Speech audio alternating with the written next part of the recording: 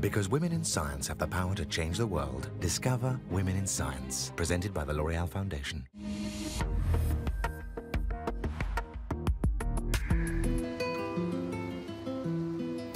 Sometimes childhood memories can announce a vocation and build the legend.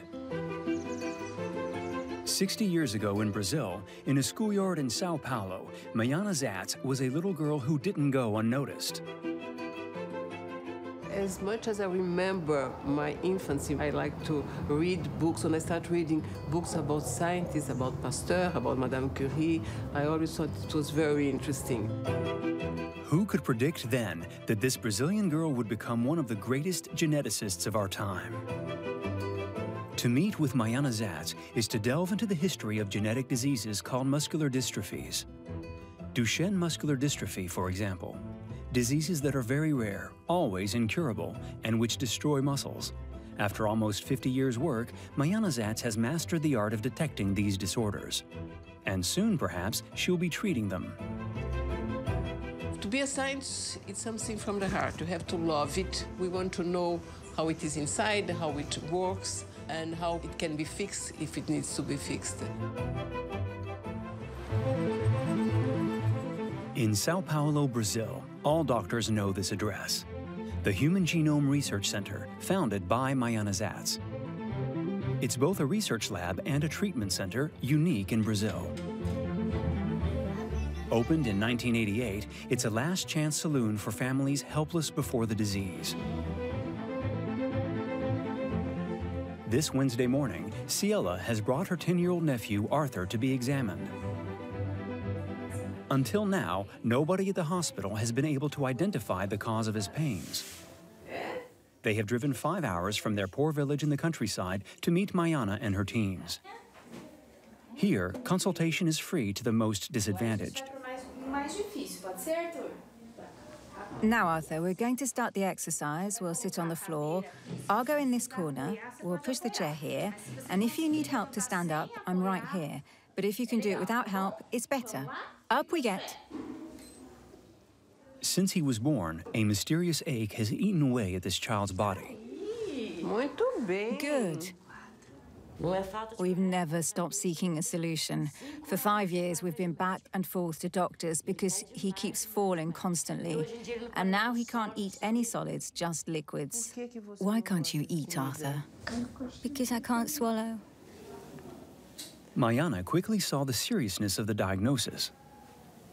It could be Duchenne muscular dystrophy, but it could be another form of muscular dystrophy because it has other features that are not typical of Duchenne. Duchenne muscular dystrophy is a very rare genetic disorder that causes the muscles to gradually waste away. Worldwide, the syndrome affects one boy in every 3,500. For the first time, Arthur's problems seem to have been identified. Thank you, thank you. We must just thank God and the whole team for finding you. You are helping us. You see, it makes me cry. Don't cry, don't be sad. We'll help him. I don't want to see him like that. I didn't give him a life, but it's as if I did. When you see the family, the real story, it's completely different from just having a sample in the lab. Immediately you have a link, an emotional link, and I think it makes research much, much more important. Meetings with patients have profoundly marked Mayana Zatz. To date, she and her team of 13 researchers, among the best in the country, have assisted close to 16,000 families affected by genetic diseases. A record number worldwide. This success was born of anger. In the 1970s, when she returned from studying molecular biology in the United States, Mayana discovered, in the poor neighborhoods of Brazil, the desperate plight of children affected by muscular dystrophy.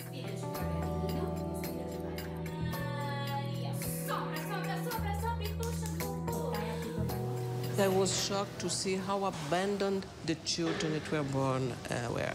Children that didn't have any wheelchair, children that could not leave their home because they didn't have any access to physiotherapy, to school, to anything. So I decided I had to do more for these children, and that's how I started the Muscular Dystrophy Association. Her association provides wheelchairs and even assistance dogs. Thanks to this support, life expectancy for these patients in Brazil now reaches 35, which is twice the age they reached 20 years ago. But Mayana does not intend to stop there. She's determined to find a cure for these diseases. That has been at the heart of her research for 40 years, and each time it all begins with a DNA extract. The fact that these labs are a reference worldwide is due to this major scientific resource. Hundreds of thousands of samples gathered over almost 40 years.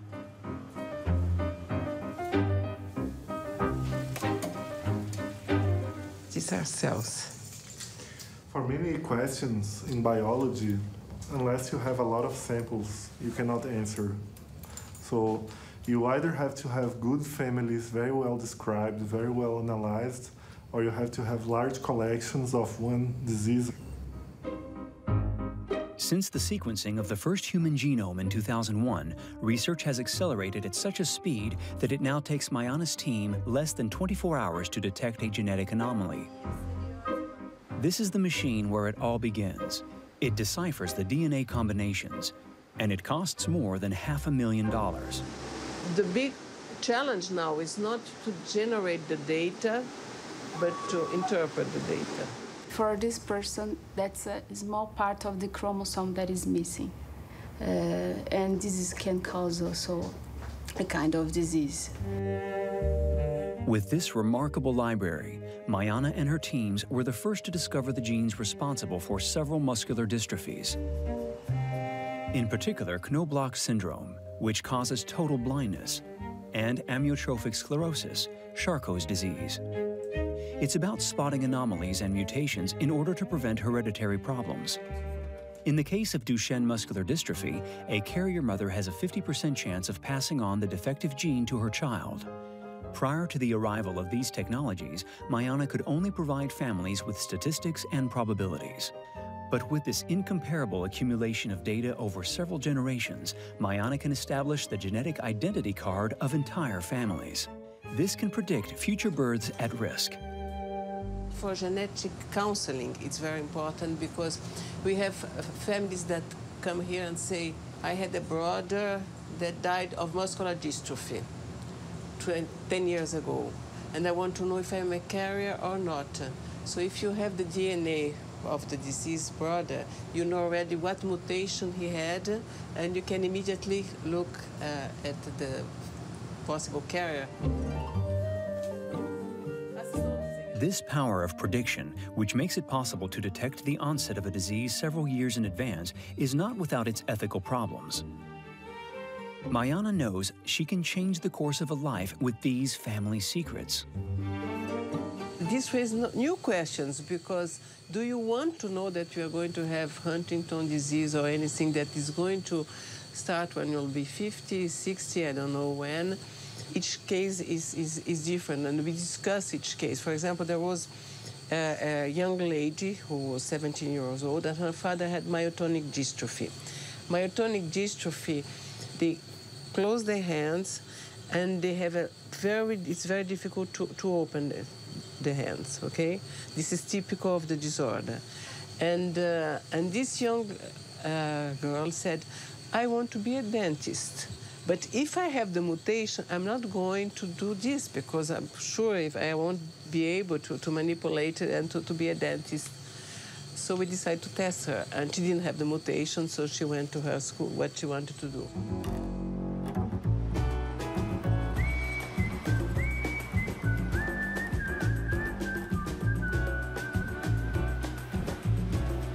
Now, 70 years old, nothing seems to stop the researcher.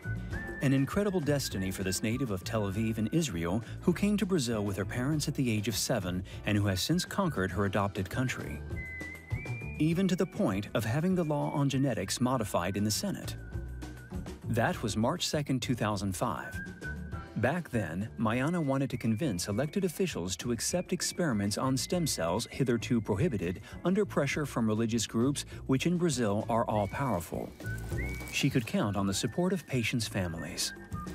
I have a young one called Monique, who is 3 years old. And Monique told me yesterday, "Mommy, why don't you make a hole in my back and put a battery so I could walk like my dolls?" And when she told me that, everybody was so emotional. I said, "Well, you come with me and you are going to talk to the senators." And this made a big difference, really. Why are these stem cells so important to Mayana?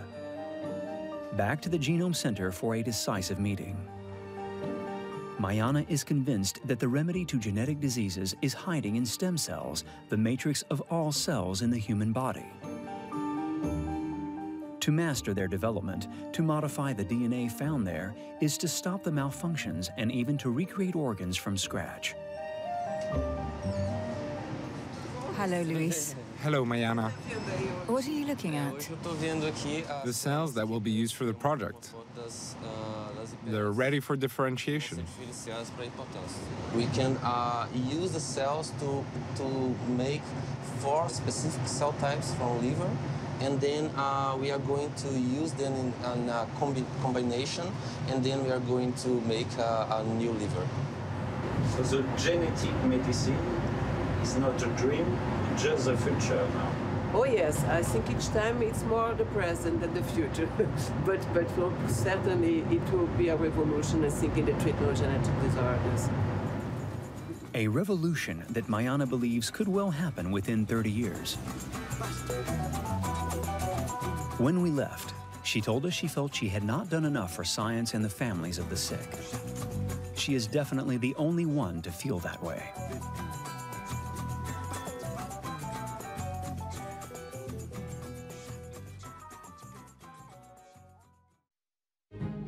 Women in Science was presented by the L'Oréal Foundation.